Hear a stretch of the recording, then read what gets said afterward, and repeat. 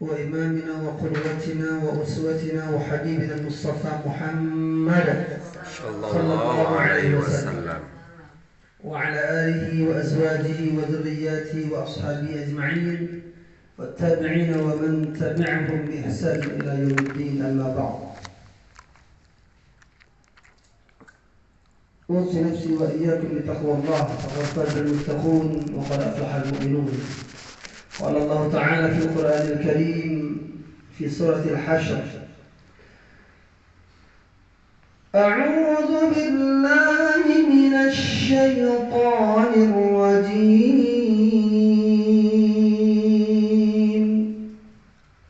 بسم الله الرحمن الرحيم.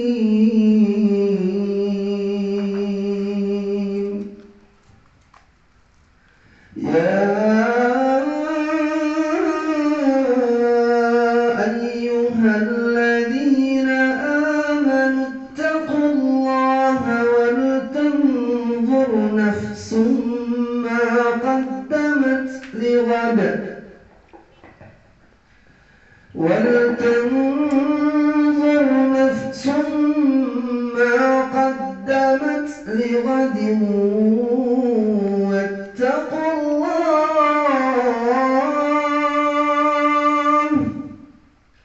واتقوا الله إن الله خبير بما تعملون.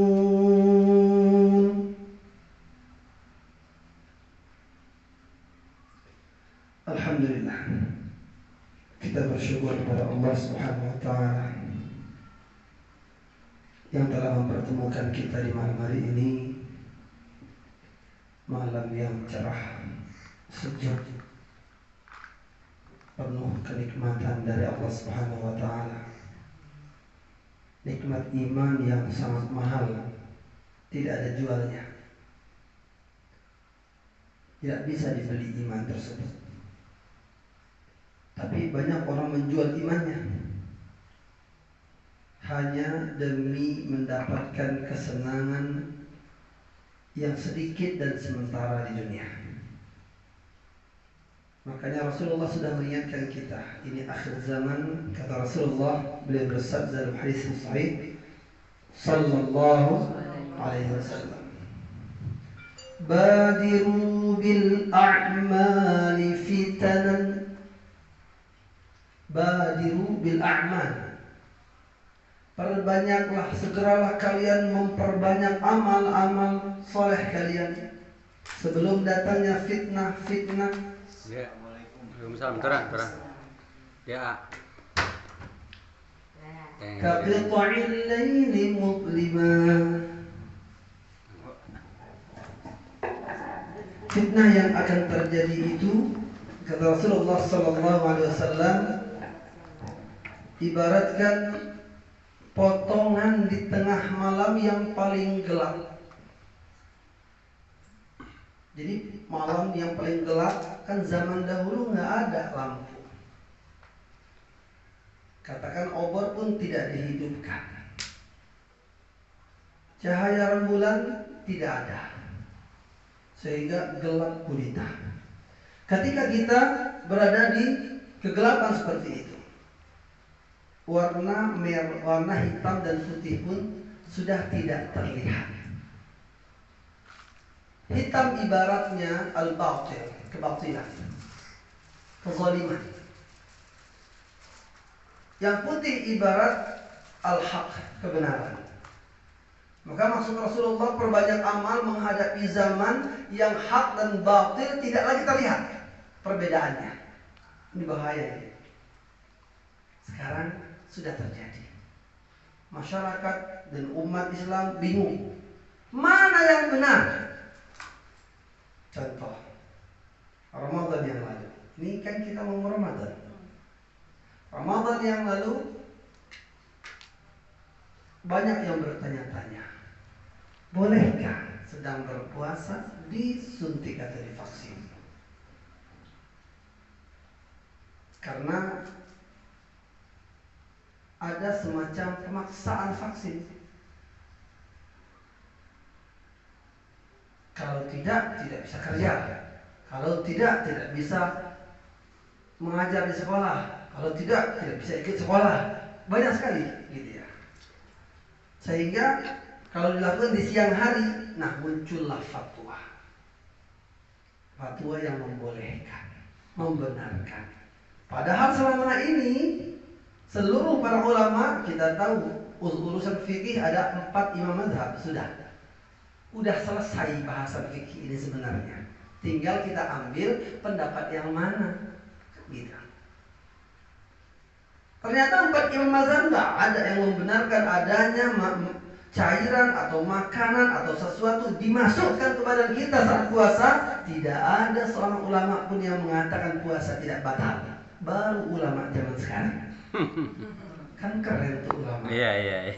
Iya kan? Ulama zaman sebelumnya mengucapkan selamat Natal kepada umat Nasrani haram hukumnya bagi umat Islam. Kita tidak membenci mereka, cuman kan tidak boleh mengucapkan. Silakan aja mereka mau Natalan. Mereka mau mengucapkan kita selamat Idul Fitri, nggak ada masalah bagi agama mereka juga. Masalahnya ada masalah jika kita mengucapkan selamat Natal, itu adalah pembenaran ketuhanan. Itu masalahnya. Sehingga yang digadaikan dari kita adalah akidah kita. Tauhid kita bermasalah. Makanya haram hukumnya. Sekarang muncullah ulama bahwa mengucapkan Natal tidak apa-apa. Kan keren. Iya kan? Kok bisa begitu tuh fatwa berubah-berubah? Syariat itu udah gak bisa berubah.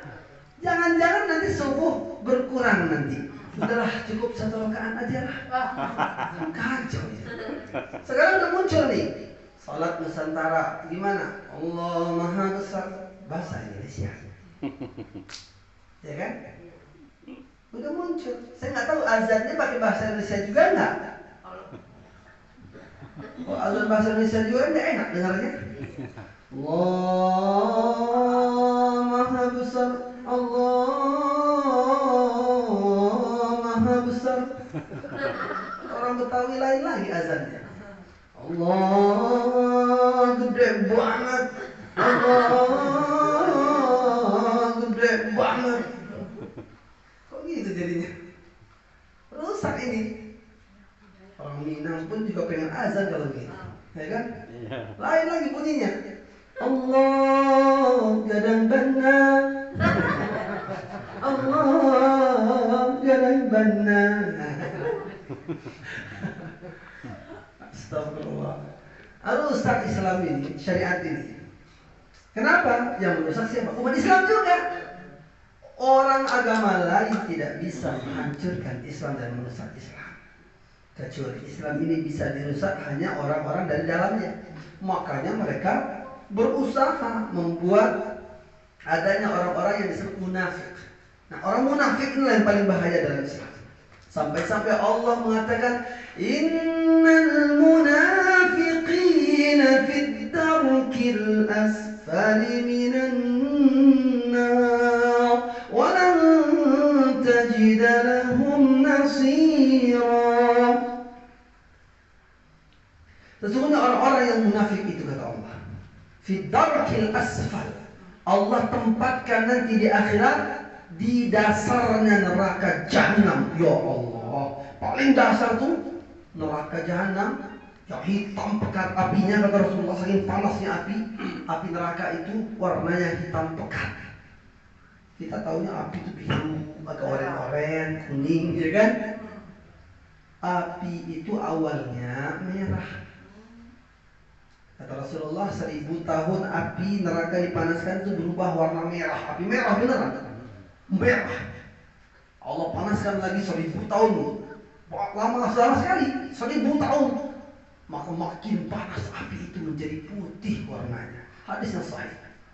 Nah 1000 tahun lagi jadi totalnya 3000 tahun. 3000 tahunlah api dipanaskan untuk neraka jahanam. Ya Allah. Maka api itu berwarna hitam, berubah warnanya. Hitamnya seperti gelap gulita di tengah malam. Gelap sekali. Hitam, tapi panasnya api neraka yang paling ringan, kata Rasulullah sallallahu alaihi wasallam, Allah berikan kepada paman beliau yang bernama Abu Talib. Abu Talib ini meninggal dalam keadaan musyrik, tidak mau beriman. Ya sudah takdir Allah. Karena beliau tidak mau beriman, itu kan pilihan beliau. Nggak bisa nyalahin Allah. Beliau diajak, tapi nggak mau. Tapi beliau membela Rasulullah sallallahu alaihi wasallam. Sehingga karena Rasulullah merasa berhutang budi kepada paman beliau, Rasul minta, ya Allah, ringankan azab untuk pamanku. Kalau tidak diazab, nggak mungkin, nggak bisa. Sia-sia doa Rasulullah. Karena Allah berjanji tidak akan mengampuni orang yang mati dalam keadaan musyrik. Makanya jangan sampai kita ini berbuat syirik lalu mati sebagai musyrik. Na'udzubillahi min dzalik. Musyrik orangnya, syirik perbuatannya. Nah, paman Rasulullah Abu Talib akhirnya mendapatkan azab nanti di akhirat di hari kiamat. Diletakkan baranya saja, bara api neraka. Tidak, bukan api yang membara, baranya saja. Baranya api neraka diletakkan di telapak kaki Abu Talib sebagai sandalnya, alas kakinya beliau. Saat bara api neraka ini bersentuhan langsung dengan telapak kakinya Abu Talib, kata Rasulullah sallallahu alaihi wasallam, saat itu juga otaknya mendidih sebagaimana air panas itu mendidih.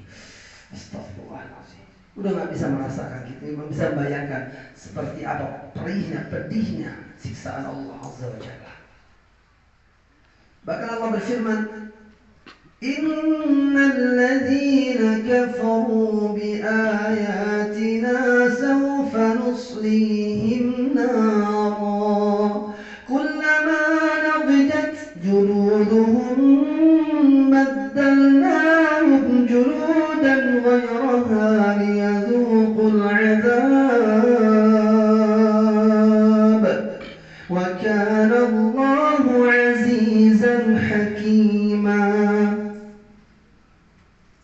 Innal ladzina kafaru, sesungguhnya orang-orang yang ingkar bi ayatina, ingkarnya kepada ayat-ayat kami. Ayat Allah kan banyak, ada perintah, ada larangan. Contoh, untuk perempuan perintahnya apa? Perintah untuk perempuan menutup aurat. Ini perintah Allah, bukan sunnah, wajib. Karena ada iqabnya, ada azabnya kalau tidak mau melakukan. Sunnah itu tidak diazab orang yang meninggalkannya, itu sunnah. Beda dengan wajib. Contoh salat sunnah, sunnah qabliyah subuh. Kalau tidak kita kerjakan, ya kita rugi sendiri aja. Tapi nggak diazab apa-apa. Nggak mau ya sudah. Cuma kita kalau banding teman kita yang melaksanakan, ya rugi kita. Cuma itu aja. Tapi nggak dosa. Tidak diazab gara-gara meninggalkan sholat sunnah qabliyah subuh. Itulah sunnah. Meninggalkannya tidak berdosa. Kalau meninggalkannya berdosa berarti wajib menutup aurat, berjilbab dengan pakaian sesuai aturan syariat. Hukumnya wajib. Bagaimana yang tidak menutup aurat sesuai dengan aturan syariat? Rasulullah bercerita saat perjalanan Isra wal Mi'raj sampai beliau menangis. Fatimah radhiyallahu anha, anak beliau, bertanya, wahai ayahanda, kenapa engkau menangis? Ceritakan padaku apa yang menyebabkan engkau itu menangis. Rasulullah bercerita, wahai anakku Fatimah, aku teringat perjalanan Isra wal Mi'raj. Diperlihatkan oleh Allah adanya wanita-wanita yang diikat tangannya ke belakang, dicambak rambutnya oleh para malaikat, diangkat, dibuka lebar-lebar mulutnya, bibir atas ditarik ke atas, bibir bawah ditarik ke bawah, mulutnya dipaksa dibuka lebar-lebar, dituangkan timah panas mendidih. Astagfirullahaladzim. Apa penyebabnya? Apa dosanya? Hanya satu. Mungkin dia salat, dia puasa, dia melakukan amal-amal yang lain. Kok diazab? Itulah karena kata Rasulullah, hanya gara-gara dia tidak mau menutup auratnya. Jadi bukan enak azab itu. Gara-gara nggak nutup aurat di depan yang bukan mahramnya, dia memperlihatkan auratnya, itu azabnya. Salatnya menjadi sia-sia, puasanya sia-sia, baca Qurannya sia-sia. Kalau baca Qurannya nggak sia-sia, pasti dia selamat dari azab Allah. Kalau salatnya tidak sia-sia, gara-gara salat bisa dia selamat. Pokoknya apapun amal kita, jika tidak sia-sia, jika diterima oleh Allah salah satu saja dari amalan kita, kita selamat dari azab Allah. Baik itu azab kubur maupun azab neraka jahanam. Jadi orang yang selamat itu karena amalnya diterima. Makanya sering kita kalau ada yang meninggal kita doakan semoga Allah terima amal solehnya, ya kan? Iya. Nah, doakan kalau ada meninggal, doakan dengan serius. Jangan cuma sekedarnya saja, jangan cuma tulisan aja. Angkat tangan berdoa pada Allah untuk orang tersebut, ya Allah terima amal solehnya. Biar dia selamat dari azab kubur dan azab neraka jahanam. Kalau doa kita diterima Allah, dikabulkan Allah, orang itu selamat lantaran doa kita, Allah jadikan kita pun saat meninggal nanti seperti itu. Akan banyak orang yang mendoakan kita dan minta kepada Allah agar kita diselamatkan, agar amal kita diterima sama Allah. Nggak ada yang kita bawa kecuali amal. Maka kata Rasulullah SAW di akhir zaman, perbanyaklah amal soleh sebelum fitnah-fitnah terjadi. Tapi kita sudah terjadi fitnah itu. Ya, dari sekarang kita tetap memperbanyak amal. Nah, setelah kita memperbanyak amal, Rasul menceritakan,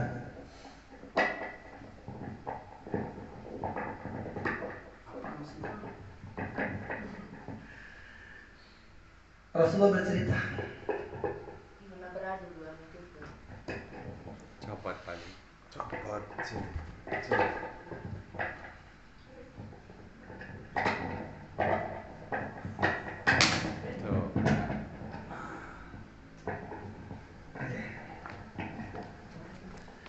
Jadi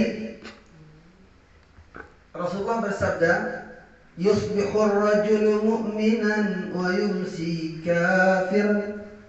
Akhir zaman itu tiba, kata Rasulullah seperti apa?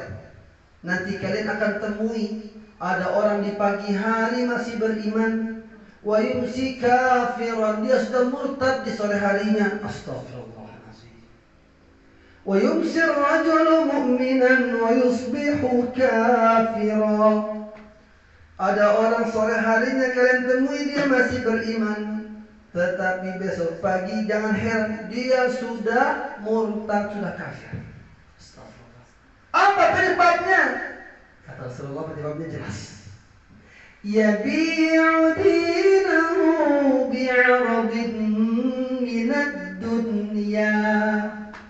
Karena ia menjual agamanya. Nah, ini Rasul bilang yang menjual agama memang ada. Dia menjual agamanya demi mendapatkan secuil kenikmatan dunia. Ya Allah. Demi dapat jabatan, dia rela berfatwa bertentangan dengan syariat. Demi dapat jabatan, dia rela menyampaikan apa yang diinginkan kaum-kaum yang memusuhi Islam. Munafik sebenarnya. Cuman kita bingung, yang mau bilang munafik takut salah kan gitu ya. Ya udahlah, tugas kita diam aja, mendoakan saja. Yang penting kita bersiap-siap menghadapi semuanya dengan amal soleh. Kita pertahankan akidah kita, itulah intinya. Jangan kita murtad gara-gara apapun. Kalaupun hari ini kita nggak makan, besok nggak makan, satu pekan nggak makan, bakal mati. Datang makanan dengan syarat murtad, mendingan kita mati. Betul? Betul. Jangan mau mati-matilah. Ujung-ujungnya mati juga. Iya kan? Sama aja. Makan nggak makan, Mati. mati. Kena virus nggak kena virus, Mati. mati. Tua atau muda, Mati. mati. Bapak-bapak, Mati. ibu-ibu, Mati. anak-anak, Mati. mati semua. Bisa jadi bapak-bapak, ibu-ibu duluan, saya nyusul. Atau bisa jadi saya nyusul, bapak ibu duluan. Pengennya gitu. Kalau mati duluan. Gak mau mati duluan. Ya gimana mau mati duluan kalau punya hutang, ya kan? Nah, lunaskan hutangnya. Insya Allah, Allah cerahkan kita rezeki yang melimpah ruah barokah. Amin. Amin ya rabbal alamin. Ciri-ciri rezeki yang melimpah ruah barokah itu adalah rezeki yang banyak tapi digunakan untuk kebaikan yang bermanfaat. Itu namanya barokah. Nah, kalau kaya-kaya aja tapi nggak ada manfaat, cuma buat orang lihat dia doang, ngiri lihatnya, itu nggak bermanfaat, nggak barokah itu. Yang barokah itu dia menjadi rezeki mengalirkan pahala, jadi amal jariah, jadi keringanan buat orang lain, hidup orang lain, jadi banyak manfaat orang. Ketika Allah berikan dia rezeki, banyak orang dapat manfaat. Gitu. Kita memang nggak boleh punya mental pengemis, minta-minta, nggak boleh, nggak boleh minta-minta, nggak boleh ngemis-ngemis. Kenapa nggak boleh mengemis? Karena Allah nggak suka ada hambanya mengemis kepada hambanya. Kalau mau mengemis boleh kepada Allah. Ngemis sama Allah. Allah senang karena Allah maha kaya. Kita ngemis sama Allah, berarti kita menganggap memang Allah lah yang paling kaya. Allah akan kasih kita. Rayu-rayulah Allah, ya Allah, masa Fir'aun yang aku Tuhan ajak engkau kasih rezeki yang banyak, aku kan nggak kayak Fir'aun ya Allah. Iya kan? Masa aku nggak ngaku Tuhan ya Allah, masa nggak dikasih luxury 31 kali nggak apa-apa ya Allah. Masya Allah. Ya minta sama Allah. Nanti kalau kita sudah minta sama Allah, yang buat jalannya siapa? Ya Allah, kita nggak tahu jalannya. Minta dulu, ikhtiarnya semampu kita. Tapi yang mengatur semua adalah Allah. Udah, kalau Allah sudah ngatur, Allah udah pengen ngasih, jalannya nggak satu, bisa banyak jalur untuk datangnya rezeki buat kita. Masya Allah. Amin ya rabbal alamin. Itulah yang disebut rezeki dari arah yang tak terduga. Itu janji Allah. Akhir ayat 2, awal ayat 3 surah At-Talaq. Allah berfirman, A'udzu billahi minasy syaithanir rajim. Wa man yattaqillaha yaj'al lahu makhraja wa yarzuqhu min haitsu la yahtasib.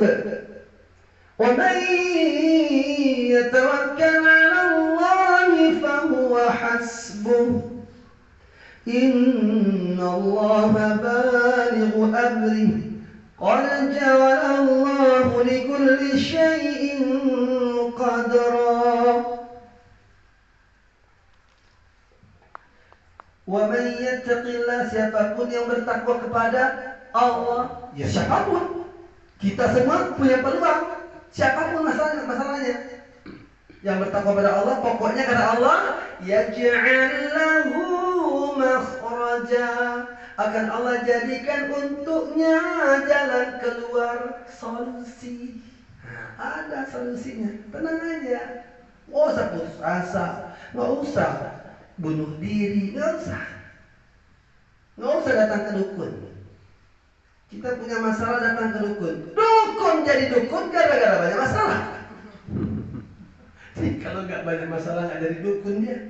Karena dia banyak masalah, dia jadi dukun biar orang yang mau mendatanginya takut. Jadi dukun udah sekarang dia. Iya kan? Masalahnya apa? Masalah uang. Iya betul, masalah uang. Makanya dia cari uang dengan cara itu. Nanti kalau udah kaya dia taubat. Susah nyari dukun itu. Udah nggak ada. Udah nggak dukun lagi, dia udah tobat. Coba lihat dukun-dukun yang tobat kaya-kaya kan? Kaya-kaya. Saya beberapa orang lah yang saya tahu tentang dukun-dukun yang terkenal gitu ya. Ternyata sekarang udah taubat, tapi taubat udah kaya raya. Nah, orang datang ke dukun pengen kaya. Dukun itu mungkin dalam hatinya dia tertawa.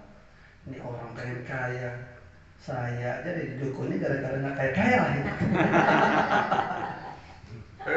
Astagfirullah. Jadi ketika kita bertakwa pada Allah, diberikan jalan keluar, solusinya ada dari Allah. Terus apa lagi?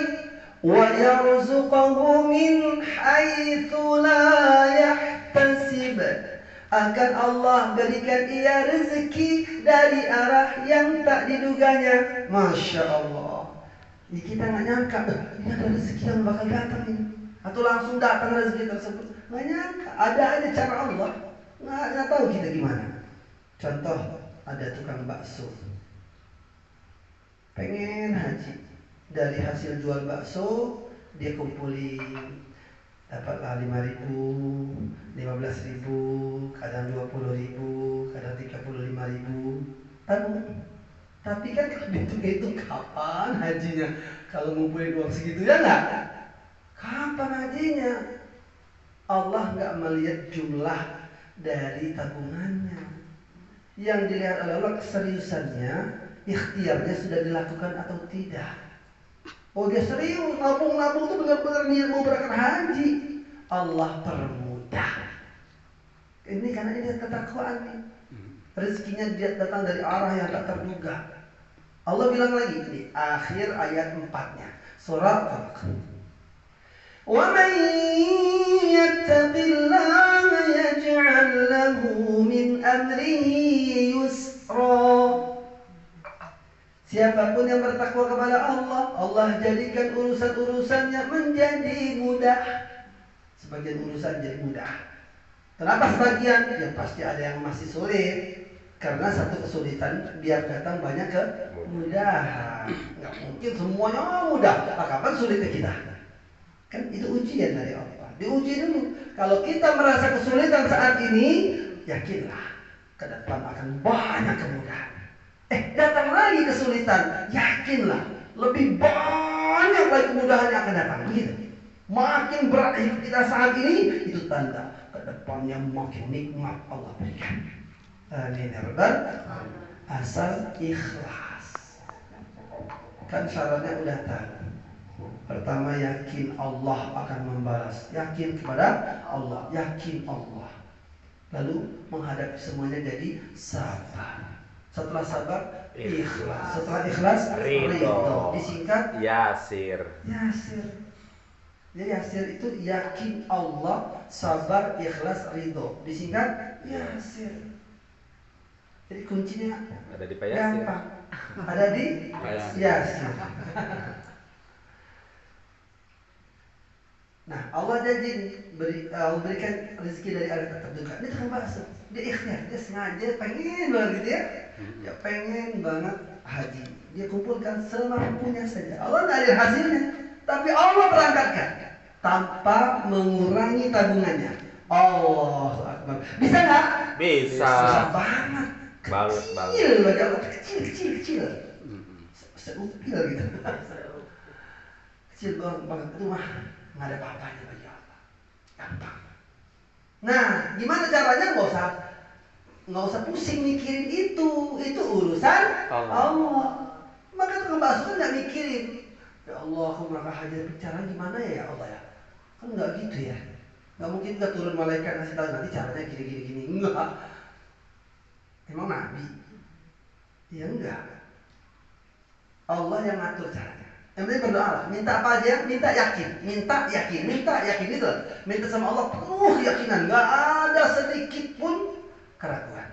Yakin Allah akan kabulkan. Yakin itu.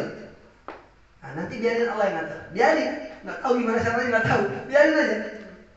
Biar Allah yang ngatur. Ikhtiar semampunya, sebisanya. Nggak usah melampaui batas juga. Nggak bisa, nggak boleh. Ikhtiarnya nggak tidur, terus semalaman nggak tidur. Nggak bener juga. Malah tidurnya pas menjelang subuh. Orang sholat subuh dia tidur. Akhirnya sholat subuhnya dijamak dengan sholat duha jam 10. Astagfirullah. Nah, ini ikhtiar yang salah. Ikhtiar terus kerja. Sholat dilewatkan. Nggak benar ikhtiarnya.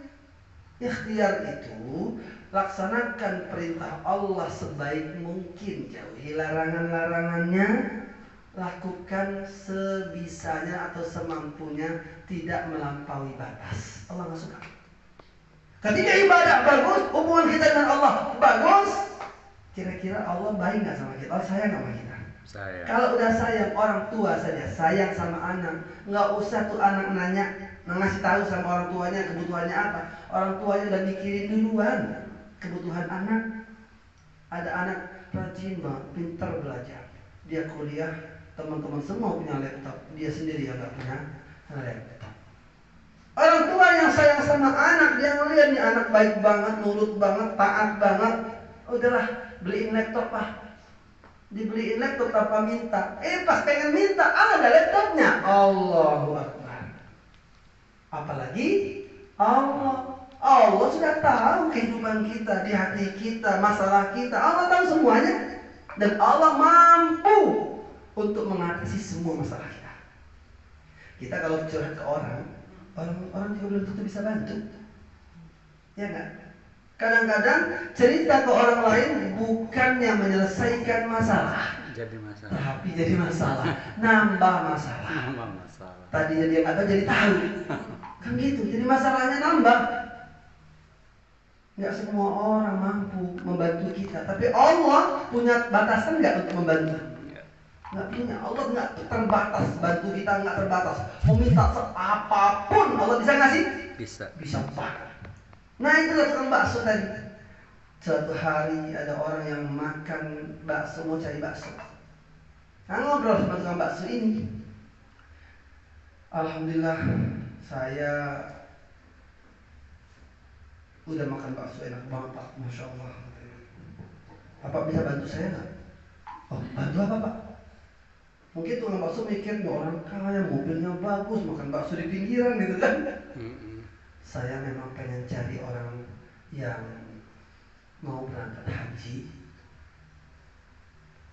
Orang yang pengen berangkat haji sekitar 10 orang apa kalau nggak salah. Biar uang ini untuk diberangkatkan haji orang-orang itu. Allahu Akbar. Nah, termasuklah anak yatim yang sudah balik, gitu kan? Dicari. Oh, boleh saya carikan Pak? Boleh. Silakan. Bapak udah haji belum? Kata bapak yang ngomong tadi. Belum Pak. Ya udah sekalian Bapak haji juga. Masya Allah. Mudah nggak bagi Allah? Mudah. Itu terjadi. Nah ini yang lebih hebat lagi. Ini kisah nyata yang keren banget. Allah Akbar. Kisah ini terjadi di Timur Tengah, tepatnya di era Suriah, tapi sudah beberapa tahun yang lalu. Kisah ini diceritakan oleh seorang syekh terkenal. Nama syekhnya saya tuh nggak lupa, tapi cuma nggak ingat aja. Iya lupa. Syekh ini menulis di dalam bukunya kisah tentang apa? Tentang seorang yang memang rindu kepada Baitullah, rohnya datang ke Baitullah untuk melaksanakan ibadah haji, orangnya tetap ada di rumahnya. Kok bisa gitu ya? Ya mau sebelah kok bisa? Semuanya bagi Allah bisa. Itu kisah nyata. Nah gimana ceritanya? Ini ceritanya. Jadi ceritanya beliau ini hasil ngesol, tukang sol. Iya. Sol sepatu. Sol sepatu. Wah, hasil sol sepatu kira-kira banyak orang ngesol tiap hari nggak sih? Kalau udah disol kan lama lagi tuh ngesolnya. Ngesol pengen haji dari hasil sol, maka terkumpullah uang untuk berangkat haji. Karena ngesolnya kurang lebih sekitar 35 tahun kalau nggak salah. Ada lama ngesolnya. Tapi sayang, uang berangkat haji nggak bisa bawa istri, cukup buat sendirian saja. Udahlah, ikhlaslah istrinya yang solihah. Ya udahlah, bapak berangkat tahun ini nggak apa-apa. Aku tinggal, nanti Allah kasih kesempatan haji, mudah-mudahan bisa berangkat.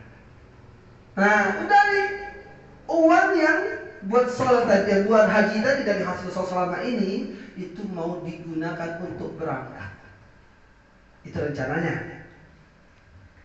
Tapi beliau melihat ada anak kecil menasehati neneknya. Dia ngintip, kedengaran anak kecil ini bilang ke nenek, "Nek, kenapa nenek masak anjing? Bukan anjing, maaf. Keledai mati, bangkai keledai kalau maaf ya. bangkai keledai. Nah, nek, kenapa nenek masak bangkai? Bukannya bangkai itu haram, anaknya ngerti ya. Kita sudah 3 hari nggak makan, nak, kata neneknya. Kalau bahasa kita cung gitu ya, cicu gitu ya, cucunya. Kita udah mau nggak makan, tuh mau apa lagi? Ya sudah, kita masak bangkai aja, nggak apa-apa. Ini ada yang ketemu makanannya ini nih. Allahu Akbar. Nangis beliau. Maka beliau bergegas mengambil uangnya tadi. Yang mau naik haji. Untuk haji tadi. Rencananya buat bayar biaya berangkat haji, tapi beliau belikan 2 sepasang domba untuk nenek ini dan makanan untuk hari itu. Kita. Biar 2 domba ini nanti bisa menghasilkan nenek ini punya kehidupan gitu lah. Iya, untuk ada penghasilan. Ada penghasilan. Lah kok uang haji kan gede, itu Indonesia, kan Suriah sana. Bukan Indonesia. Memang nggak begitu besar, tapi lama dia ngumpulin uang itu. Ya namanya kan sol, berapa sih untung sol itu kan? Nah, akhirnya apa? Jadi nggak berangkat. Jadi nggak berangkat haji. Nggak jadi. Dia nggak jadi. Iya, nasi domba yang sepasang ini, tapi istrinya memang solihah. Oh, kalau istri yang nggak solihah itu, habis suaminya. Iya kan? Marah-marah, dibentak-bentak tuh sama istrinya kali. Tahu mau berangkat.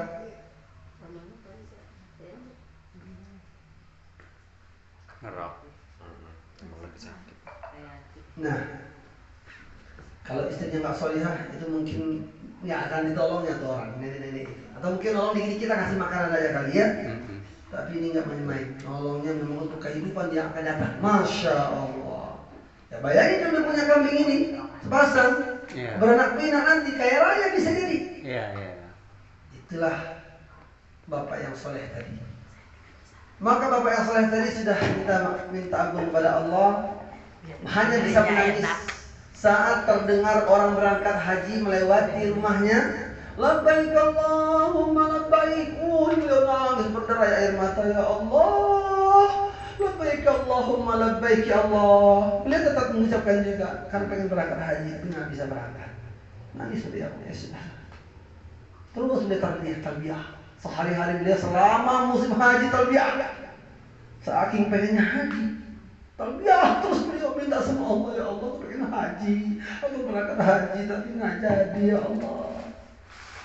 Nah, singkat cerita, alhasil ini kisah nyata, nggak ngarang-ngarang nih saya nih.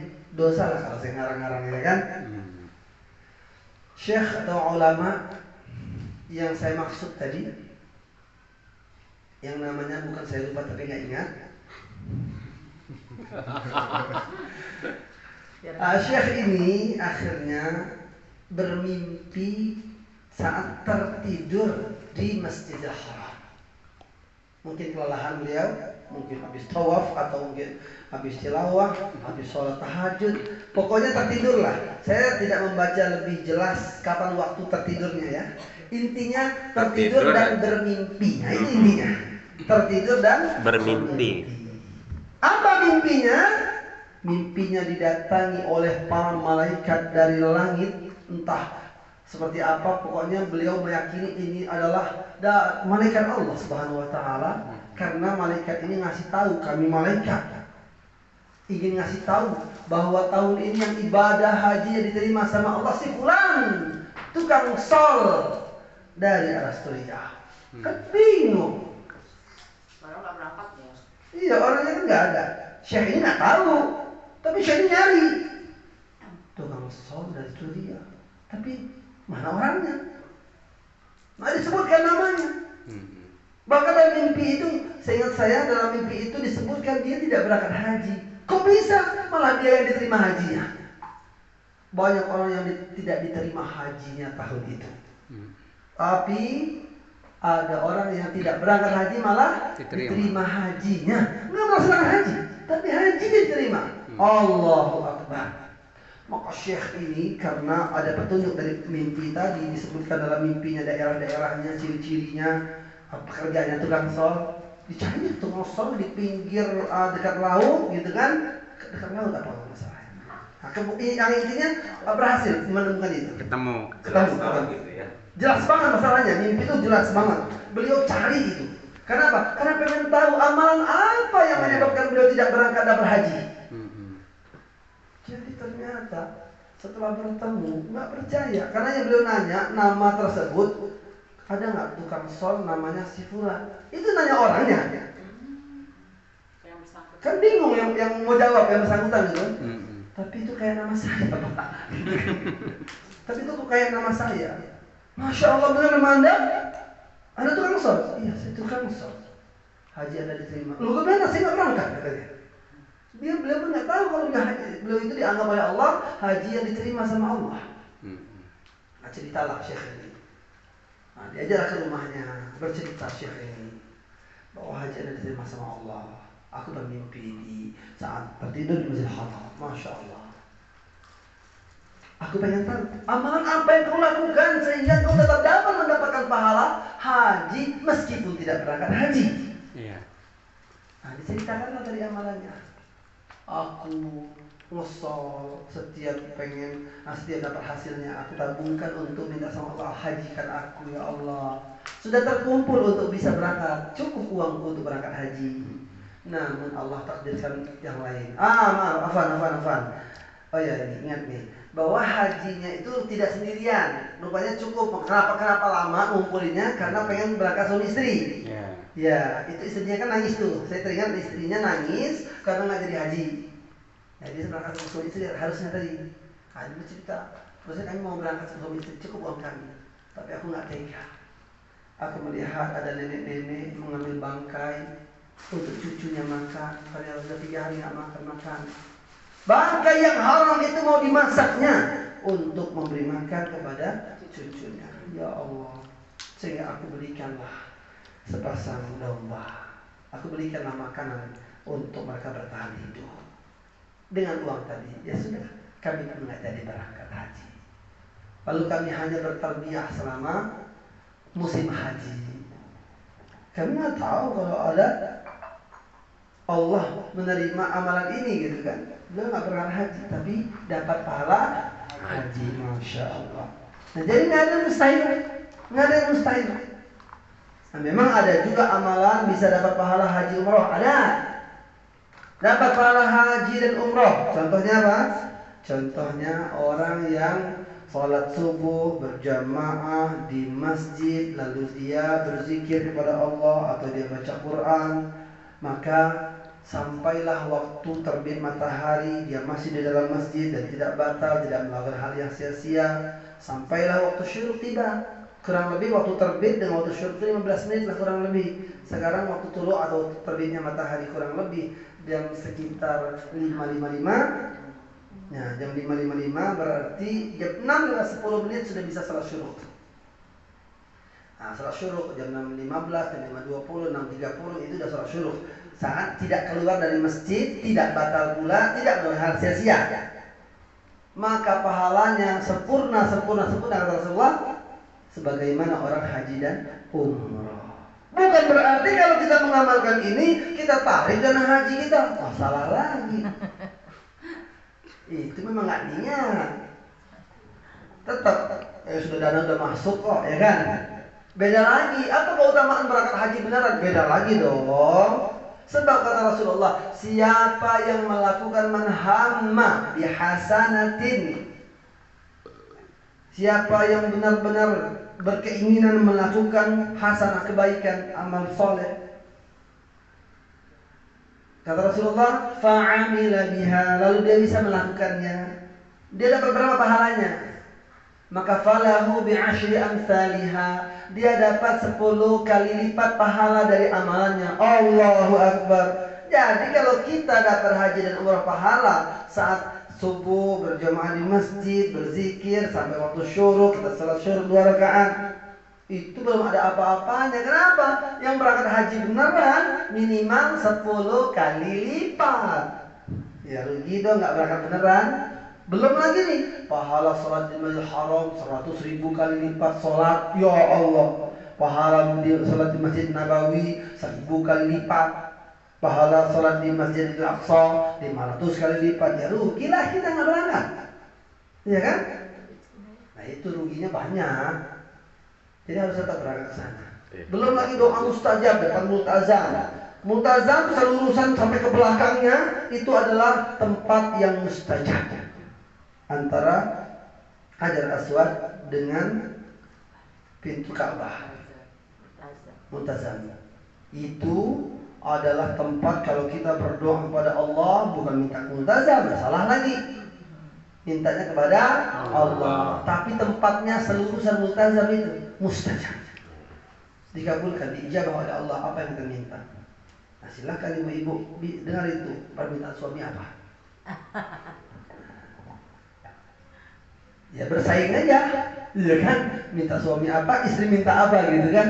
Yang jelas yang mengabulkan siapa? Allah. Nah ini ruginya kalau nggak berangkat beneran. Jemaah yang dimuliakan Allah Subhanahu wa taala. Belum lagi Allah menjanjikan kemudahan-kemudahan buat orang bertakwa kepada Allah. Belum lagi Allah menjanjikan lagi di akhir ayat 5 surah At-Talaq, a'udzubillahi minasyaitonir rajim, "Wa man yattaqillaha yukaffir 'anhu sayyi'atihi wa yu'zim lahu ajra." Siapapun yang bertakwa kepada Allah, Allah hapuskan dosa-dosanya yang telah berlalu. Lalu Allah lipat gandakan pahala untuknya. Masya Allah, pahala dilipat gandakan. Minimal 10 ila 700 du'afin, sampai 700 kali lipat Allah lipat gandakan. Ila ad'afin katsirah, kata Rasulullah. Bahkan Allah tidak tanggung. Kalau Allah memang mau, Allah suka dengan amalannya, Allah berlipat gandakan ad'afin katsirah. Lipat ganda yang sangat banyak yang tak terhitung. Makanya disebutkan di 2 ayat pada surah Al-Insyiqaq, surah At-Tin, lahum ajrun ghairu mamnun. Bagi mereka ganjaran yang tak terhingga, tak terputus. Pahalanya terus menerus, pahalanya banyak sekali. Nah ini keuntungannya. Nah tadi Ramadan ini persiapan kita satu. Mulailah pasang niat. Niatnya apa? Niat mau puasa full Ramadan ya Allah, kecuali berhalangan. Bagi wanita yang haid atau bagi orang yang sakit atau safar. Niatkan juga bukan hanya puasa Ramadan. Bagi yang belum pernah i'tikaf nanti menyesal. Niatkanlah dari sekarang, ya Allah perkenankan kami, mudahkan kami, berikan kami rezeki agar kami tahun ini Ramadan bisa beriktikaf 10 hari terakhir full, nggak keluar masjid pada bulan Ramadan. Rasakan nikmatnya ibadah di akhir Ramadan itu. Indahnya. Itulah seindah-indahnya ibadah.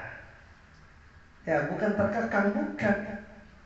Tapi memang itu adalah waktunya kita meninggalkan dunia hanya 10 hari saja dari 360 hari. Banyak hari dalam setahun, cuma 10 harinya saja meluangkan waktu untuk ibadah kepada Allah. Kenapa? Karena di malam harinya, di malam ganjilnya, apalagi tahun ini saya lihat tanggal, ada kemungkinan insya Allah jika tanggal 3 April nanti adalah hari pertama bulan Ramadan, berarti ada kemungkinan besar insya Allah malam 27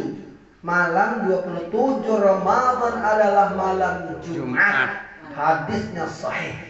Kalau bertepatan Lailatul Qadar itu, malam ganjilnya adalah tanggal 27 malam Jumat, sudah yakinlah insya Allah malam itu malam Lailatul Qadar. Iya. Itu hadisnya kuat banget. Bukan hanya kuat ya, kuat banget itu, dan para ulama menekankan masalah itu. Karena enggak setiap tahun ada. Ya, malam 27 Ramadan jika bertepatan malam itu malam Jumat, yakinlah malam itu adalah malam Lailatul Qadar. Maka i'tikaflah kita 10 hari terakhir, habiskan waktu setiap malamnya, termasuk malam Jumatnya atau malam 27-nya atau malam ganjilnya lebih dahsyat. Rasul itu lebih dahsyat ibadahnya memang di malam ganjil. Malam ganjil itu lebih dahsyat ibadah. Kenapa? Karena kemungkinan Lailatul Qadar. Masya Allah. Lailatul Qadri khairun min alfi syahr.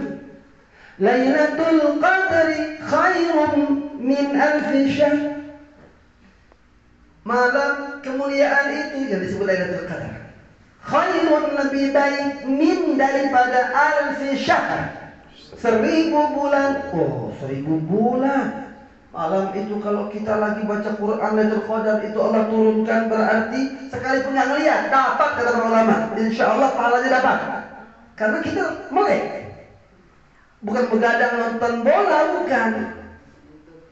Nonton YouTube, bukan. Tapi benar-benar ibadah. Malam itu ibadah. Tinggalkan dulu handphone. Selama ibadah. Ngajinya di handphone. Hah? Ya kan bisa mode pesawat. Iyalah, mode pesawat aja. Saya ngaji, enggak saya bikin mode pesawat pakai handphone. Malah lebih banyak saya terima telepon, balasin WA kerjaannya. Ya kan penasaran bunyi tang ting apaan tuh? Rekening. Nah, jangan masuk rekening. Mendingan dimatiin biar nggak terganggu gitu. Ya nggak apa-apa lah, dimatiin dulu lah untuk urusan dunia mas bentar. Harus di-downloadnya dulu sebelum itu. Iya, makanya Qurannya download dulu, dipersiapkan dulu kalau di handphone. Cuma nggak enak aja di handphone itu. Nggak ada pahala megang mushaf, ini bukan mushaf, bukan HP.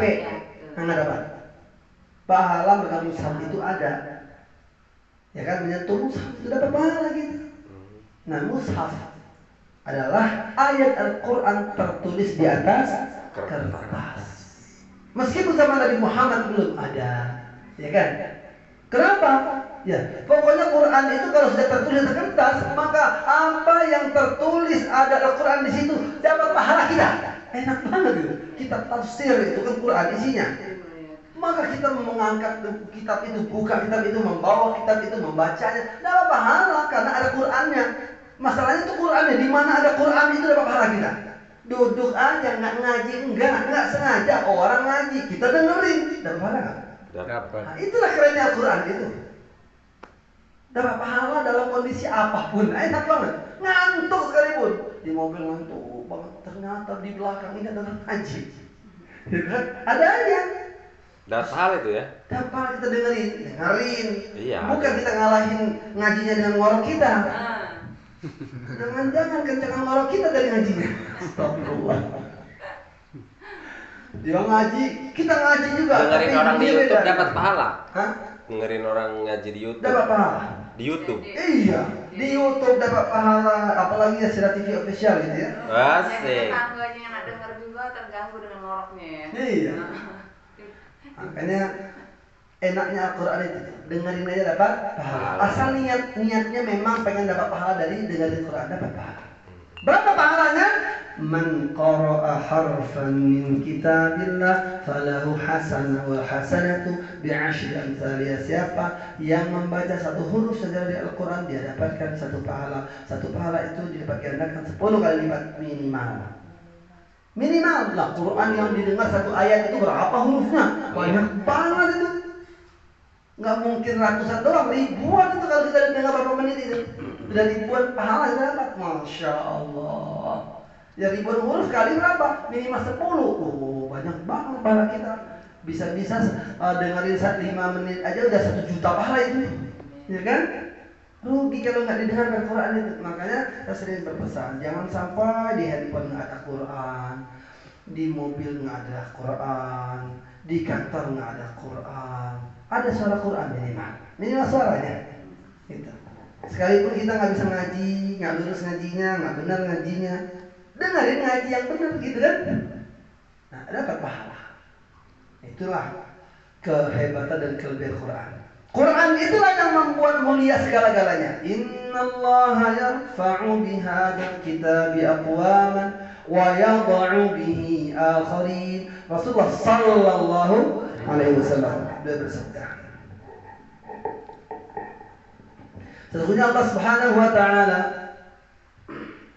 mengangkat derajat suatu kaum dengan Al-Qur'an wa yadh'u bihi akharin.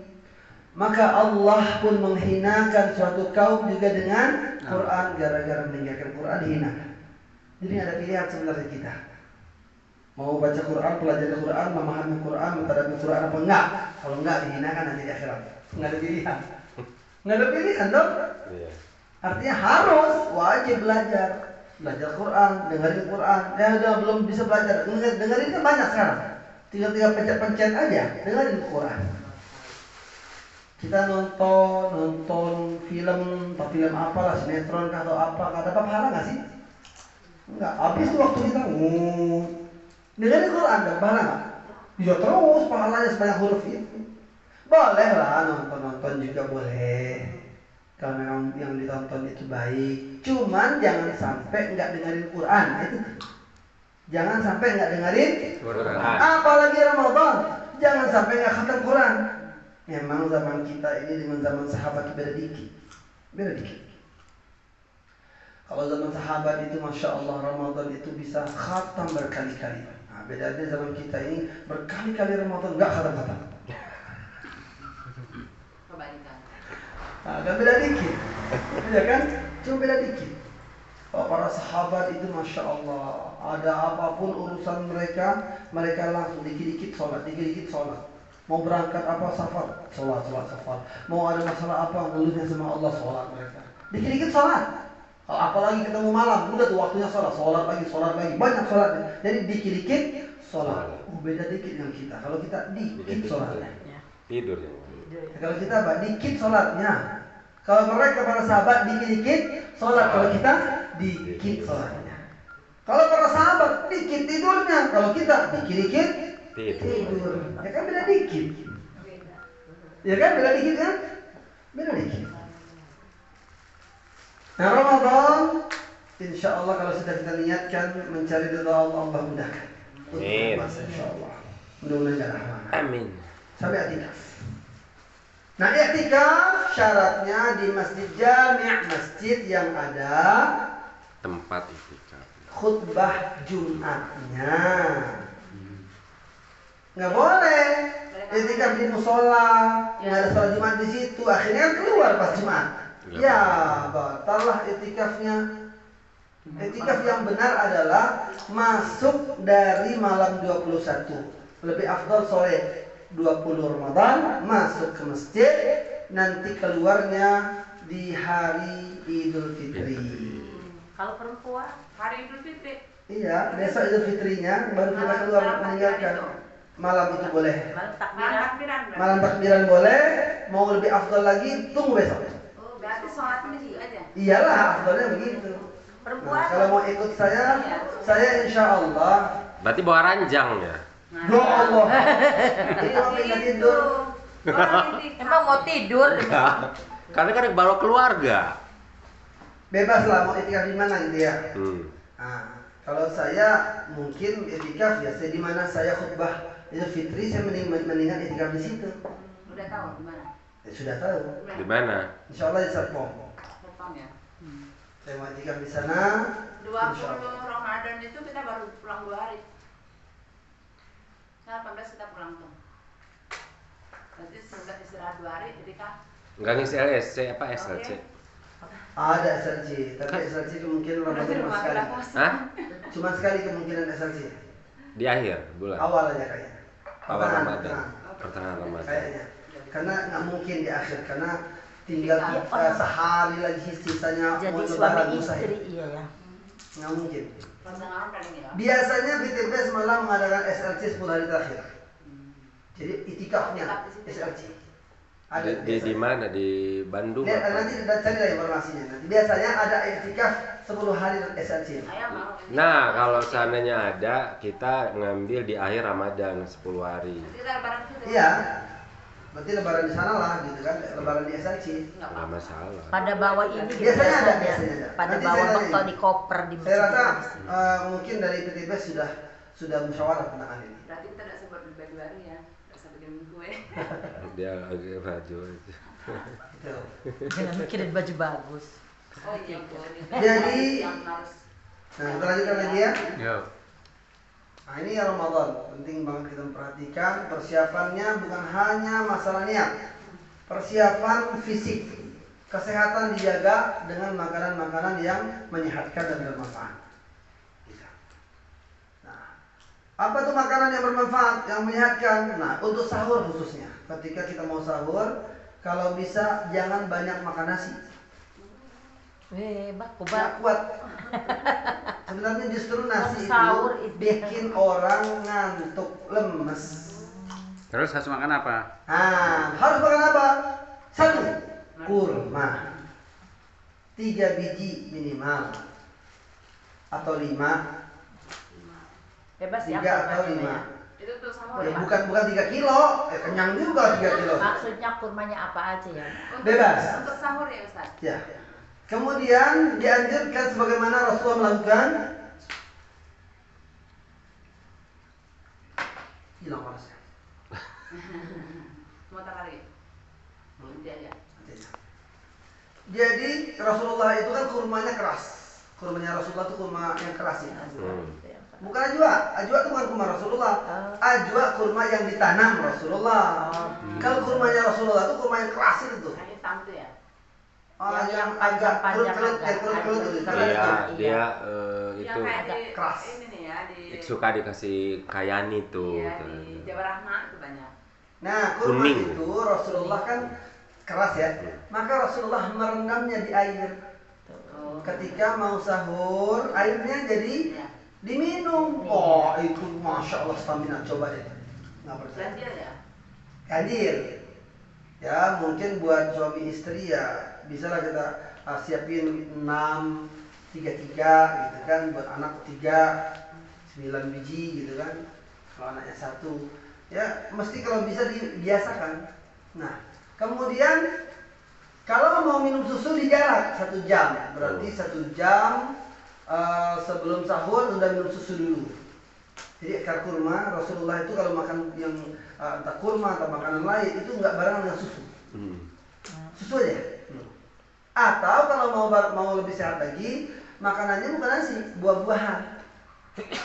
Buah-buahan, ada jeruk, mungkin ada semangka, ada nanas, atau ada pepaya, gitu loh. Makan buah-buahan. Nggak usah makan nasi. Saya udah bandingkan itu, udah selesai saya udah. Udah saya coba berkali-kali. Makanya saya lebih suka sahur, mendingan saya nggak makan nasi. Karena kalau saya makan nasi ketika sahur, insya Allah besok banyak tidur. Banyak ngantuknya saya. Mata itu berat aja tuh, ya Allah. Dikit ngajinya, dikit ibadahnya, nggak semangat. Tapi beda, makan kurma, saya minum madu juga. Jadi kalau bisa sekalian madu, air hangat itu siapin. Kalau bisa jangan pakai sendok logam gitu ya, sendok besi atau stainless, tapi pakai plastik atau melamin atau kayu. Nah, ya biar khasiatnya lebih bagus, lebih baik lah. Bukan menghilangkan kalau pakai yang stainless itu, tapi ya berkurang lah. Dengan air putih atau Air putih hangat. Iya. Air putih yang panas banget, rusak madunya. Air panas tunggu dulu agak hangat gitu ya, baru dimasukkan madunya. Nah, itu mantap. Itu mantap sekali itu. Pakai air teh. Itu udah ngalahin marjan 1000 liter lah. Apa tadi coba? Madu, air hangat, air panas, tunggulah beberapa menit biar dia hangat, tubuh kita masuk juga bisa. Jadi kita masuk kepanasan lagi. Kemudian campur air madu 3 sendok, 5 sendok, kayak terserah lah. Sesuai dengan sukanya lah gitu kan, sampai rasanya yang kita suka. Makasih. Mana sih modal lahir kan? Astagfirullah.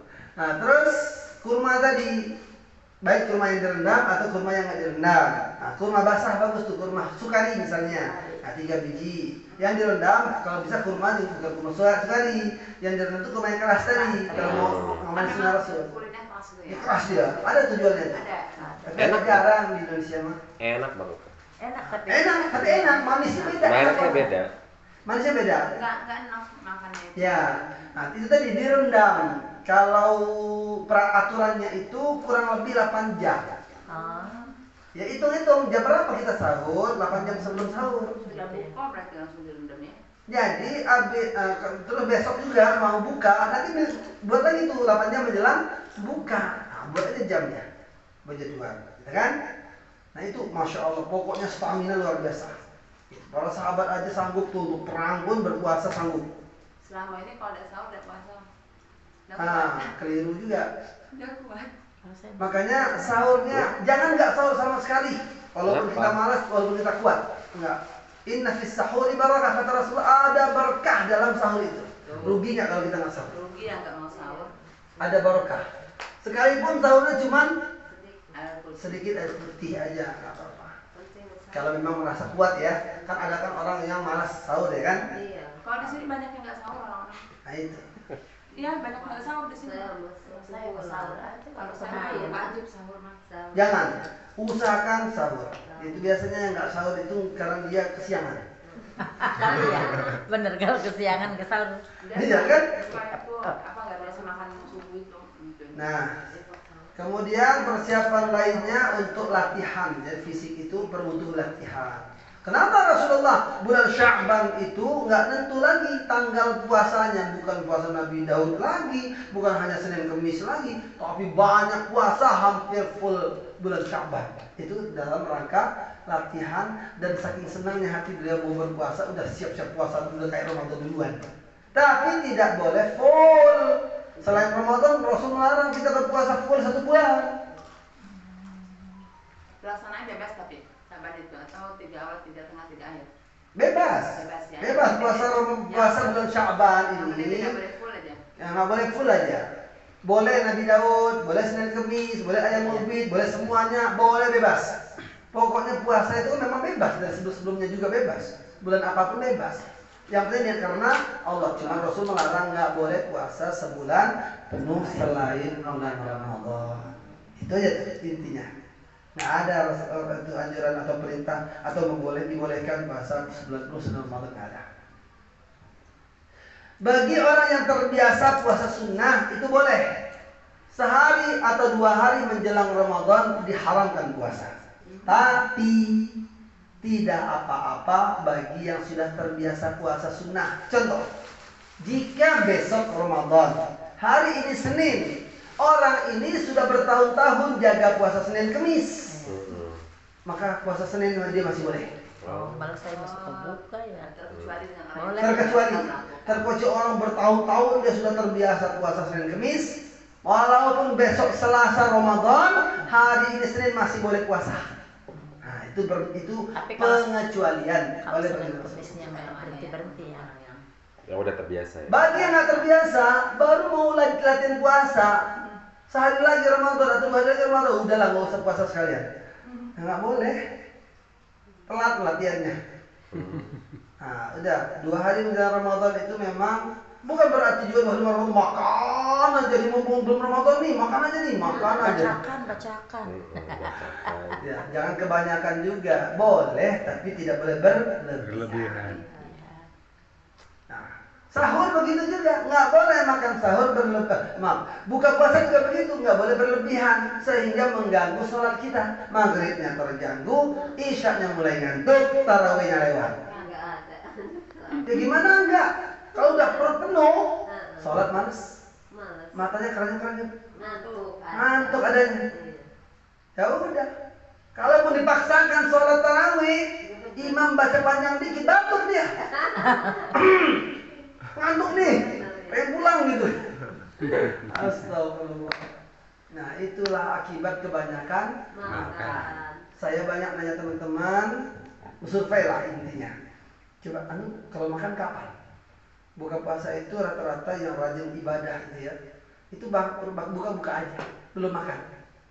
Rata-rata makannya habis tarawih. Iya, habis tarawih aja. Habis tarawih. Kenapa? Biar nggak ganggu sholat tarawihnya. Saya tanya kenapa? Saya coba makan habis maghrib katanya. Mau isya yang mata udah berat. Tarawihnya, oh udah. Wassalam. Habis tarawih. Gitu. Jadi boleh nggak? Ya boleh. Nah, makan jangan berlebihan.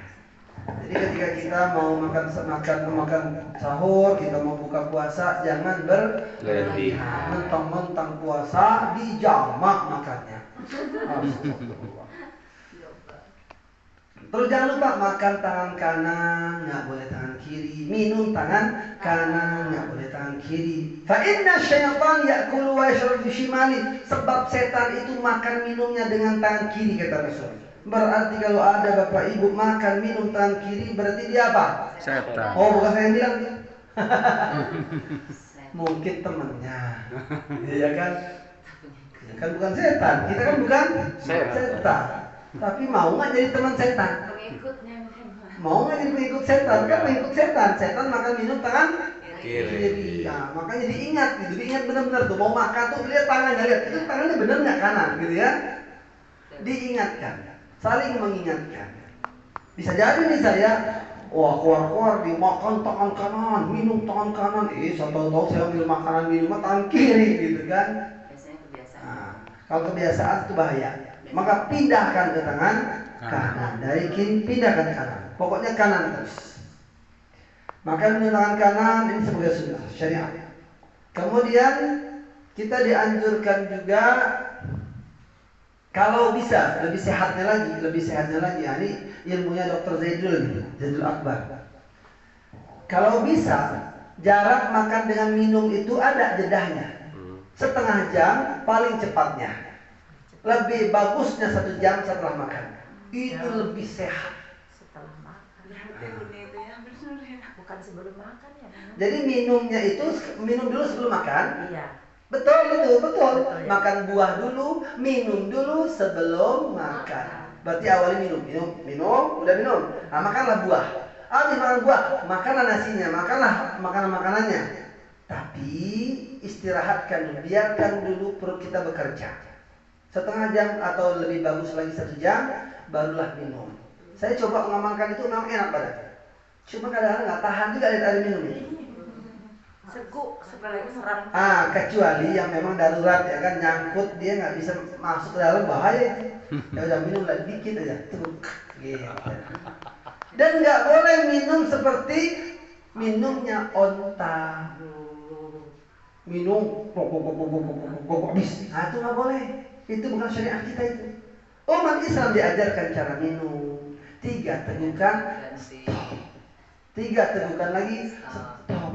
3 tegukan lagi, stop. Para ulama kita menganjurkan, kalau memang mau jadi orang soleh banget, maka bacalah bismillah setiap kita mau minum. Maka setiap kita stop, bacalah 3 stop. Alhamdulillah. Masya Allah, banyak banget zikir kita ya. Ya, Angkat cangkirnya bismillah. Letakkan cangkirnya alhamdulillah. Oh, jadi orang soleh benar insya Allah. Tapi tidak usah 3 degut Al-Fatihah ya. Nggak pernah harus. Kalau lebih afdal lagi, lebih utama, lebih bagus lagi, bahkan bisa mengobati segala penyakit yang ada di badan kita. Bahkan insya Allah Allah bisa keluarkan jin-jin, setan-setan, iblis-iblis yang mengganggu di badan kita. Bacakan Al-Fatihah kepada air minum itu sebelum kita minum. Sudah dipraktekkan. Nah, Minggu kemarin. insya Allah. Rutinkan, insya Allah. Terus, apalagi hal-hal dalam berpuasa Ramadan, ada yang dapat membatalkan puasanya, ada yang membatalkan pahalanya. Ini yang mengerikan. Kam min sha'imin laisa lahu min siyamihi illa al-ju' wal 'atas. Berapa banyak orang yang berpuasa tidak mendapatkan apa-apa dari puasanya. Maksudnya nggak dapat pahala apa-apa, kecuali lapar dan dahaga. Iya, kasihan. Udah lapar, haus, dan dapat pahala. Kenapa? Apa yang menyebabkan hilangnya pahala puasa? 1, berkata dusta, berbohong. Orang kalau udah kebiasaan berbohong nggak kerasa dosa lagi. Bohong aja kemana-mana, di mana-mana. Na'udzubillahi min dzalik. 2, mencela orang lain. Yang 3, ngeribahin orang, menceritain keburukan orang. Maaf ya, ini bukan riba ya, ini fakta. Riba juga sama aja. Kalau nggak fakta berarti fitnah, ya nggak? Menceritakan orang lain keburukan tapi nggak dilakukannya, nggak benar, berarti fitnah. Fitnah itu wal fitnatu asyaddu minal qatl, lebih kejam daripada pembunuhan. Jadi daripada berfitnah lebih baik astagfirullah Pak. Jangan Pak. Jangan lebih baik membunuh, lebih baik diam. Disinilah jemaah saya sering terjebak. Saya sering menyampaikan ini. Sering saya pancing, daripada menfitnah lebih baik membunuh. Astagfirullah. Lebih baik diam.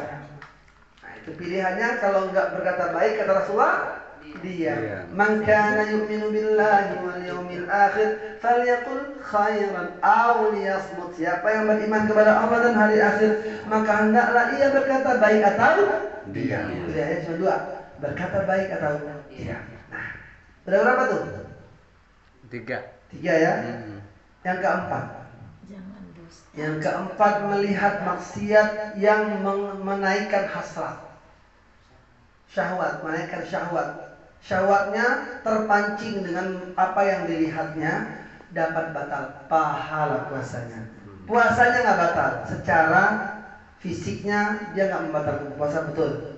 Nggak makan, nggak minum, dosa ya dapat, tapi nggak dapat pahala puasa. Tetap lapar dahaga aja. Dan nggak boleh juga dia membatalkan puasanya. Jika sengaja membatalkan puasa tanpa alasan, tanpa uzur syar'i. Uzur syar'i itu adalah alasan-alasan yang diterima syariat. Contoh sakit, atau dalam keadaan safar. Sebagai seorang musafir mungkin terlalu lelah, nggak kuat lagi melanjutkan puasa, boleh batal puasanya. Nah itu nggak berdosa, tapi nanti ganti puasanya. Yang berdosa jika sengaja nggak puasa, sengaja dia nggak puasa, atau sengaja membatalkan puasa, maka azabnya mengerikan. Ada sebuah riwayat hadis disebutkan bahwa diperlihatkan azab orang yang meninggalkan puasa dengan sengaja itu ibaratkan dia manusia, bukan hewan, tapi seperti hewan kurban yang diikat kakinya di atas dan dikuliti. Ya Allah, dikuliti hidup siapa yang mau? Silakan tinggalkan tuh puasa kalau mau nyoba. Nah, jangan mau nyoba. Namanya syariat nggak boleh coba-coba, ya kan? Kita mudah-mudahan istiqomahkan Allah Subhanahu wa taala. Amin ya rabbal alamin. Itu. Dalam hal puasa nggak boleh berhubungan suami istri di siang hari Ramadan. Kalau itu kita lakukan di siang hari Ramadan, kata para ulama, baik dia musafir yang memang dia tidak puasa ataupun bukan, tetap tidak boleh. Ada ulama mengatakan itu kalau dia masih puasa, lalu dia berhasrat naik syahwatnya untuk melakukan hubungan sama istrinya, lalu terjadilah, lalu dia berhubungan suami istri, maka dia harus bayar kafaratnya. Untuk menebus dosa tersebut, maka harus puasa selama 2 bulan berturut-turut tanpa putus. Jika putus harus diulangi. Ya, contoh Pak Haji Jaja misalnya, beliau puasa sudah 59 hari, hari ke terakhir. Kan hitungan Hijriah itu kan 30 sampai 29, total 59 hari. 2 bulan berturut di puasanya. Hari ini hari terakhir nih, hari ke-59, malah batal. Kenapa? Tergoda lagi sama istrinya, misal. Atau dia lakukan hal-hal yang lain yang membatalkan puasa, apapun alasannya. Atau hari itu dia safar, atau hari itu dia sakit, kan batal. Walaupun sesuai syariat sakit, ya kan? Tetap namanya kan putus. Harus mengulangi lagi 2 bulan berturut-turut. Ya. Berarti kalau perempuan hemogran nggak bisa itu ya masnya ya? Iya. Oh itu casannya. Habis. Nggak ngacas. Casannya dicari, dibawa ke Serang. Di atasnya. Ya udah. Iya, makanya itu makan yang kecil. Saya masih pakai mic pokoknya. Iya. Nanti nonton aja di YouTube saya. Jangan lupa subscribe, Siap. like and share.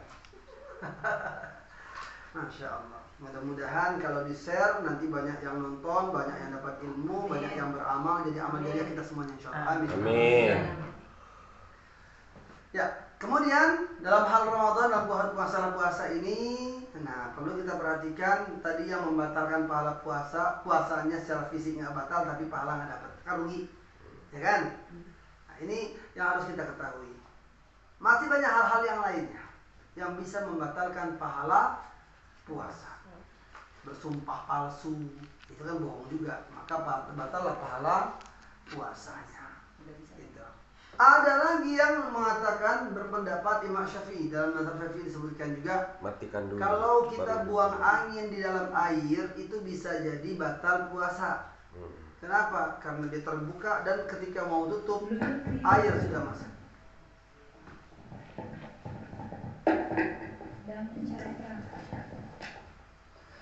Jadi kalau kita berendam dalam air, nah ini menurut mazhab Syafi'i ya, itu dapat membatalkan puasa kalau kita buang angin dalam air. Ya nggak ada kerjaan aja.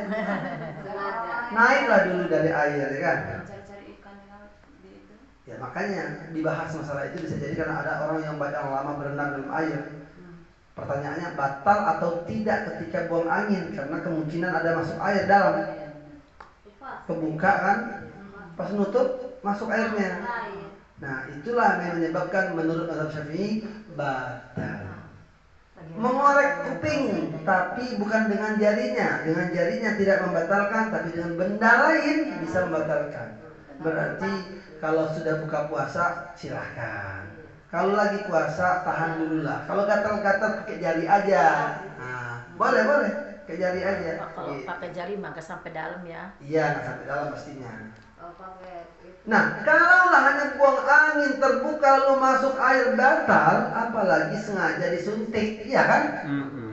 Gimana itu bisa halal? Aduh, nggak jelas. Apalagi kandungannya dalamnya babi lagi tuh, mengandung babi halal. Astagfirullahaladzim, ya Allah.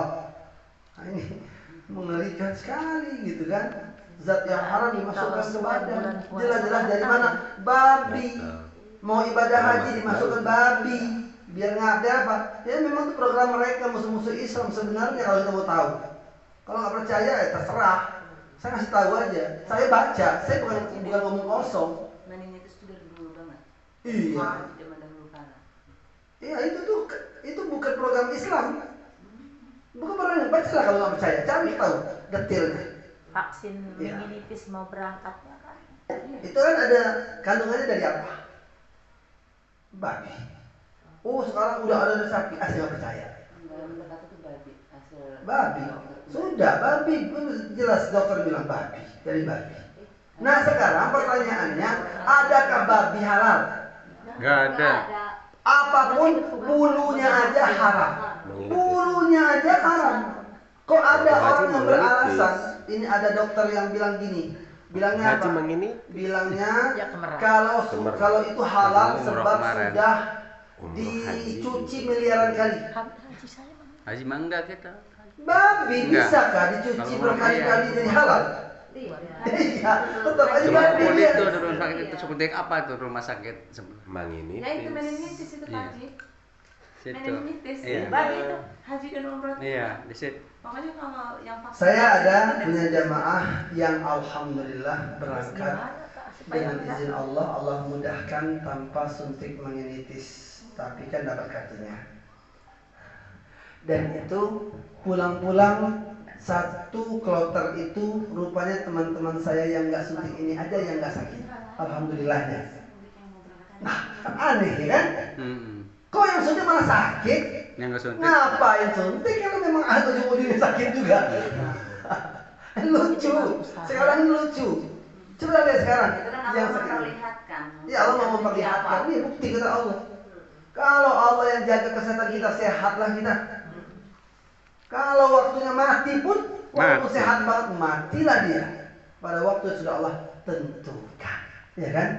Jadi yang berlebihan takut kepada suatu penyakit atau virus, kita jaga kesehatan wajib, tapi dengan cara yang halal, dengan cara yang benar. Yang diajarkan Nabi udah diamalkan belum? Belum. Ya udah amalkan. Bawa alat bekam kalau mau haji umroh kalau bisa. Bekam. Kalau badan nggak enak itu jangan berdarah kotor atau masuk angin, ya kan? Bekam sehat. Insya Allah. Kemudian bekamnya lagi apalagi di bagian kepala. Ya umum muhid istilahnya, umum muhid itu gini. Ini telinga kanan, kiri, telinga kanan. Nah, di tengah-tengahnya ini, seluruhan dengan telinga kanan kiri. Nah, ini di buang darahnya. Dicanduk. Canduk Ya. ya. Bekam itu kan canduk ya. Ya, itu lebih sehat. Insya Allah anti stroke. Orang yang dekat-dekat mau stroke udah mulai matanya dok sebelah gitu ya, itu tanda-tanda kan stroke ringan. Ya itu tanda-tanda loh, jangan dibiarkan aja kalau ada keluarga begitu kasihan. Nah, bekam lah bagian sini, insya Allah sembuh. Rutinkan keluar lagi kotor banget. Apalagi mohon maaf, tapi ngapain minta maaf? Saya salah apa? Hiburan gitu, Ustaz.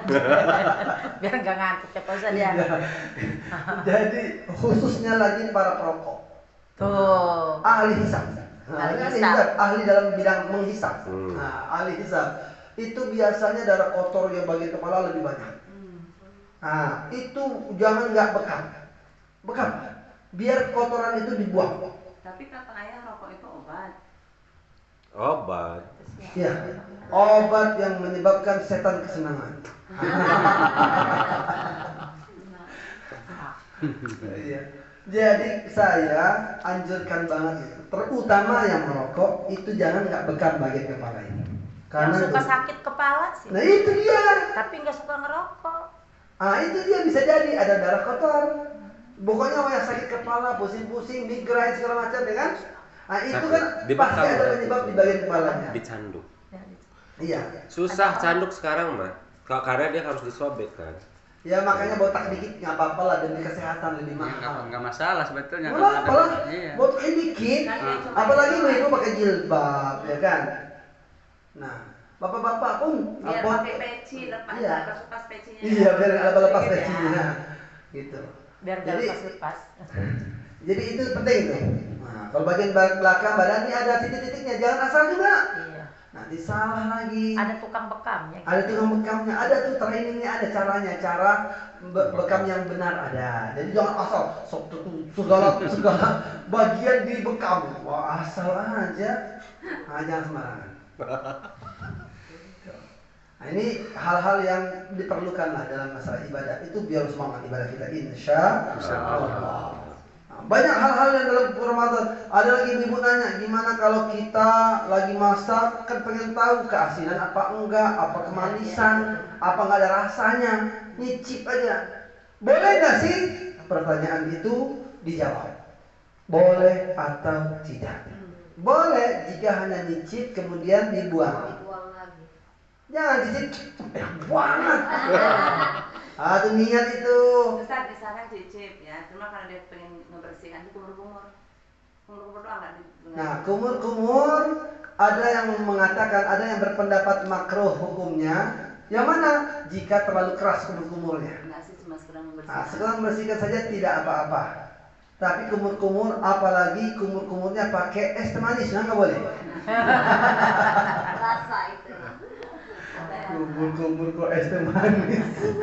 Pakai kepokar sweet, nggak boleh itu.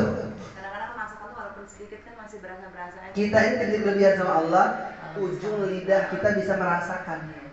Padahal nggak mau kita telan kan? Karena rasanya bukan di tenggorokan.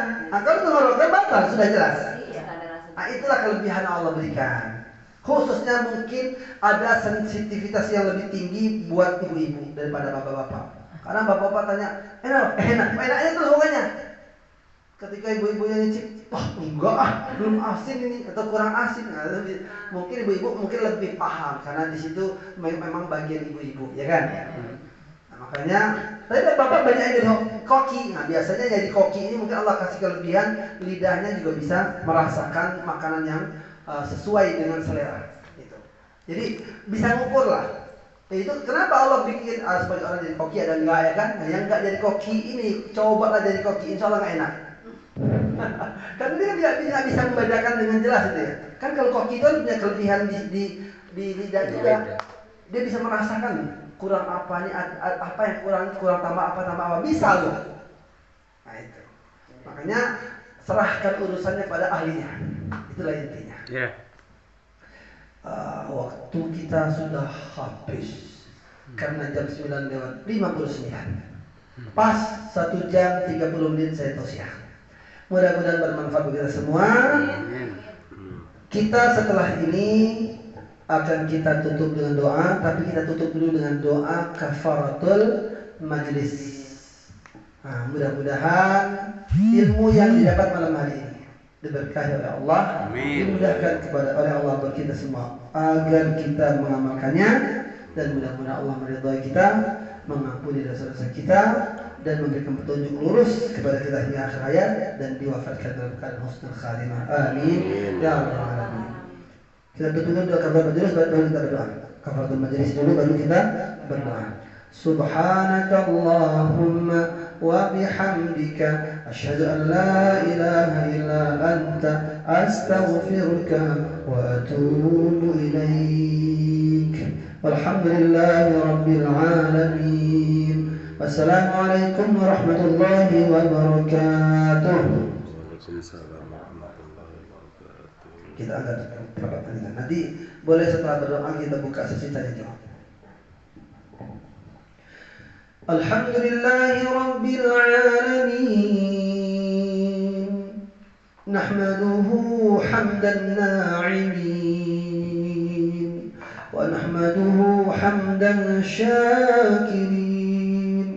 Hamdan yuwafi ni'amahu wa yukafi mazidah. Ya Rabbana lakal hamdu kama yanbaghi li jalali wajhika wa 'azimi sultanik. Allahumma salli wa sallim wa barik ala nabiyyina Muhammad wa ala ali Muhammad. Allahumma ighfir lil mu'minina wal mu'minat وللمسلمين والمسلمات والأحياء منهم والأموات إنك سميع قريب مجيب الدعوات ويا قاضي الحاجات. اللهم اغفر لنا ذنوبنا ولوالدينا وارحمهم كما ربونا صغارا. اللهم اغفر لنا ذنوبنا ولوالدينا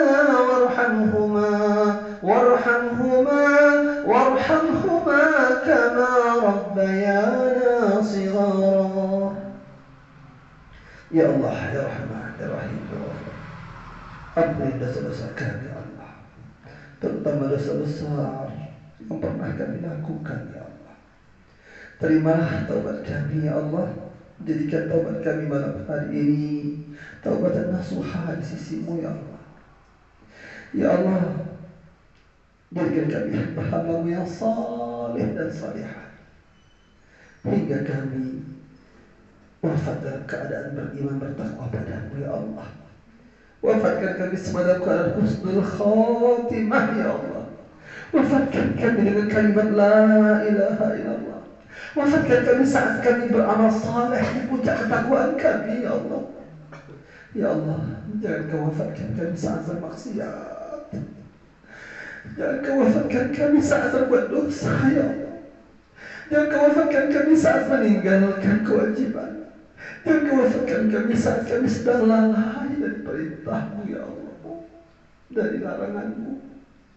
Ya Allah, ampuni dosa ibu dan ayah kami, dua orang yang paling berjasa dalam hidup kami. Sayangilah ibu dan ayah kami sebagaimana mereka berdua telah menyayangi kami di waktu mendidik kami di masa kecil. Ibu yang telah mengandung kami berbulan-bulan, siang malam kepayahan kami ada dalam rahimnya, dalam perutnya. Miring kanan salah, miring kiri salah, siang malam membawa kami hingga akhirnya melahirkan kami. Dengan susah payah hampir mengorbankan nyawanya demi melahirkan kami ya Allah. Tertumpah darahnya ya Allah, lalu menyusui kami hingga 2 tahun lamanya. Begitu pula ayah kami, jasa yang tak terbayarkan yang telah memberikan nafkah selama ini, ya Allah. Kami tidak mampu membayar jasa kedua orang tua kami. Ayah yang kadang-kadang tidak pulang-pulang mencari nafkah buat anak-anaknya dan istrinya.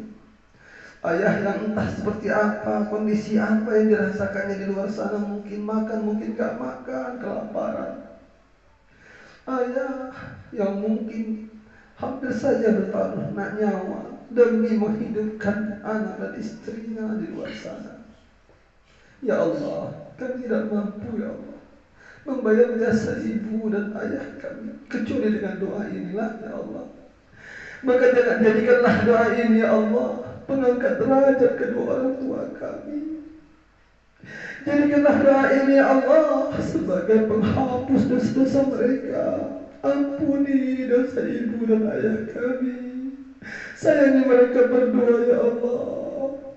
Berkahi akhir dari hayat kehidupan kedua orang tua kami yang saat ini masih hidup. Berkahi dengan amal soleh, ibadah yang khusyuk, ya Allah. Rezeki yang halal, anak-anak yang soleh dan solihah. Ya Allah, jauhkan dari penyakit, dari musibah dan malapetaka, dari bencana.